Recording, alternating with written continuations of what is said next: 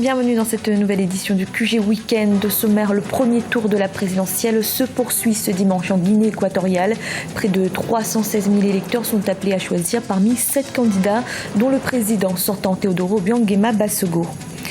Le Sénégal a un modèle en matière d'accès à l'eau potable dans la sous-région. Le président sénégalais Macky Sall, qui participe à une conférence internationale sur l'eau, a présenté les réformes et les mécanismes mis en place dans le pays.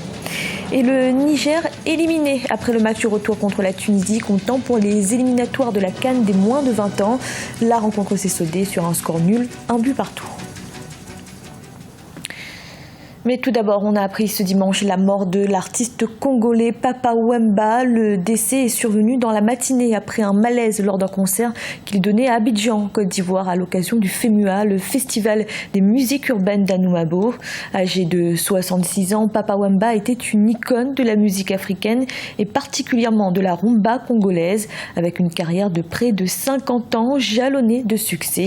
Fondateur du label Viva la Musica, il a également permis l'émergence de nombreux talents sur la scène congolaise et continentale. Écoutez Assalfo, le commissaire général du FEMUA. C'est avec une profonde tristesse que le commissariat général du FEMUA vous annonce le décès de l'artiste congolais Papa Wemba, survenu suite à un malaise sur la scène du festival des musiques urbaines d'Anoumabo dans la nuit du 23 au 24 avril 2016. Le commissariat général présente ses condoléances à la famille et au monde de la culture. De plus amples informations vous seront communiquées très prochainement. Fait à Abidjan le 24 avril 2016 pour le commissariat général du FEMUA, Traoré Salif.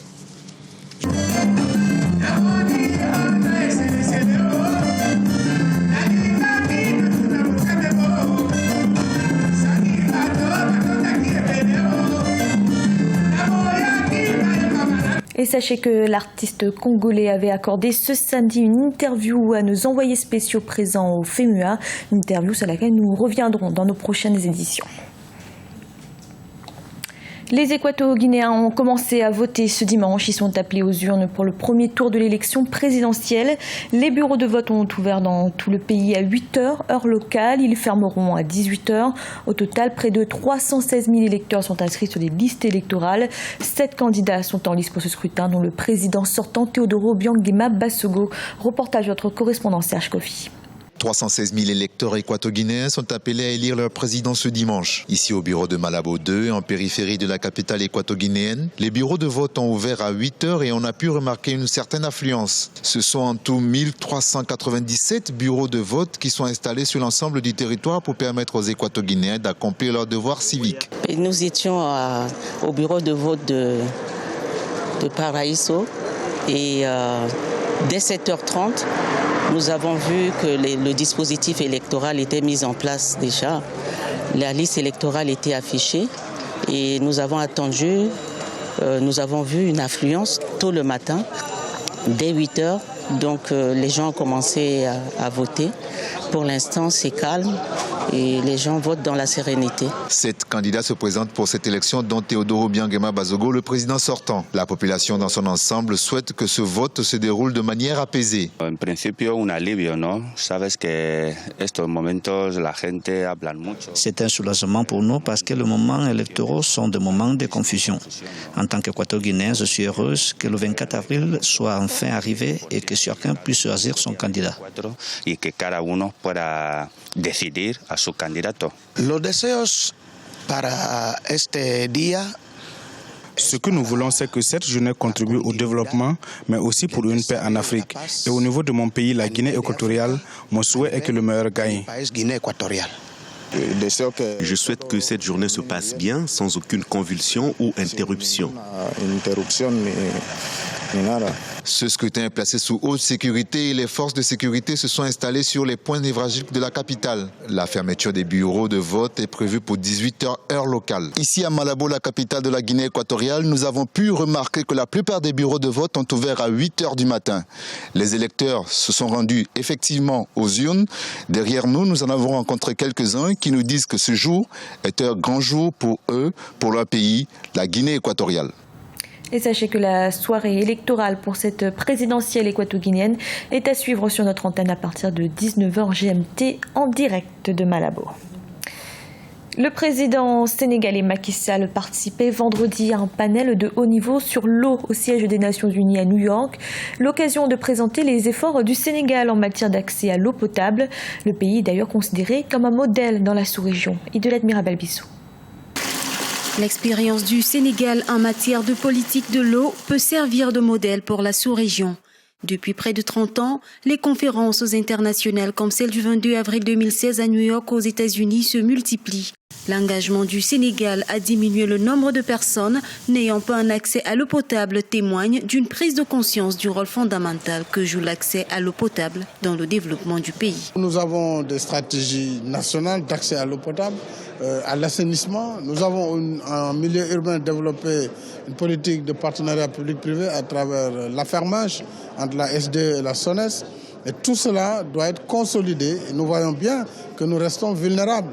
Rappelez-vous la grave crise d'eau en 2013 à Dakar. Nous avons aujourd'hui lancé des stratégies de dessalement de l'eau de mer, mais aussi de développement de forages multipuits. Pour faciliter l'accès à l'eau potable, le Sénégal a initié plusieurs réformes. L'objectif étant d'assurer l'assainissement des communautés rurales et urbaines.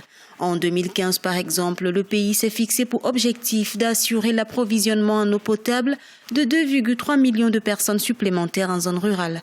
Les autorités voulaient faire passer le taux d'accès des ménages ruraux à l'eau potable de 64% en 2004 à 82% en 2015. Nous avons préconisé la mise en place d'un fonds mondial de l'eau, un fonds bleu, on pourrait l'appeler. Et il faut aussi que, autant en milieu urbain, la prise en charge peut être assurée par les consommateurs, autant en milieu rural, il faut continuer à supporter le financement des forages pour l'accès à l'eau potable des populations. Donc l'OMVS est l'exemple réussi véritablement où 4 États ont mis en place les ressources communes, le fleuve Sénégal, ont mis en commun des financements pour avoir des ouvrages communs. L'Organisation pour la mise en valeur du fleuve Sénégal, OMVS, est classée première dans la sous-région et au monde du fait de la gestion rationnelle de son bassin. Depuis 1972, l'OMVS œuvre pour redistribuer équitablement les ressources du fleuve qui traverse 4 pays, à savoir la Guinée, le Mali, la Mauritanie et le Sénégal. Et du sport à présent, le Niger est éliminé au deuxième tour des éliminatoires de la prochaine CAN des moins de 20 ans. Après une défaite au match aller à Tunis face aux Aiglons de Carthage, les Nigériens ont concédé le nul ce samedi lors du match retour. La sélection tunisienne, elle, est qualifiée pour le prochain tour. Reportage de notre correspondant Sadou Alizé Mokhtar. Remonter 3 buts et espérer la qualification au deuxième tour. Telle était la mission ce samedi 23 avril 2016 de l'équipe des moins de 20 ans du MENA du Niger devant les Aiglons de Carthage de la Tunisie. Pour cette rencontre qui rentre dans le cadre des éliminatoires de la CAN Junior 2017, le MENA attaque dès le coup d'envoi et se procure beaucoup d'occasions de but. Mais les jeunes Nigériens sous pression se heurtent à une défense tunisienne bien en place. Les Aiglons conservent bien leur cage inviolée à la fin de la première période. À la reprise, sous une forte chaleur, le MENA Junior se fait surprendre par une contre-attaque des Aiglons à la 68e minute. Diib Naïm en solitaire traverse la moitié du terrain avant de décrocher un tir puissant qui bat le portier nigérien Mohamedou Boubacar. 1-0. La messe est dite pour le MENA qui devait marquer alors 5 buts pour se qualifier. Malgré l'égalisation de Badamassi Ousseini à la 73e minute, le MENA n'a pu réaliser l'exploit. Les Aiglons de Carthage et leur encadrement ont su faire l'essentiel, mais reconnaissent la qualité de l'adversaire. On va préparer le Sénégal. Maintenant, on va penser à ce Sénégal. On va voir le Sénégal. On n'a rien. On sait rien. Comme le Niger, on ne sait rien. Le Sénégal, on ne sait rien. Quelle équipe ils ont. Mais on va chercher maintenant. Pour la plupart, c'est la première fois qu'on joue en Afrique. Et après, voilà, ce qui compte aujourd'hui, c'est la qualification. Et voilà, on est tous contents. On se prépare déjà pour le Sénégal. Pour le coach nigérien, c'est l'expérience qui a manqué à ses joueurs. Nous avons mis en place une tactique qui puisse nous permettre d'aller devant le but et de chercher à scorer. Et en première mi-temps, nous avons réellement eu des occasions, mais la réussite a manqué. Donc, je ne peux dire que nous sommes un peu déçus de l'élimination, mais nous sommes une jeune équipe Je crois qu'avec un peu de suivi et de travail, nous pourrons dans l'avenir faire quelque chose. Les Aiglons de Carthage seront opposés au prochain tour au Lionceaux de la Teranga du Sénégal. Le match aller aura lieu à Tunis le 20 mai 2016 et le retour se jouera à Dakar le 10 juin 2016. C'était le journal de la rédaction. Merci de l'avoir suivi. Retrouvez dans un instant une nouvelle édition de l'information.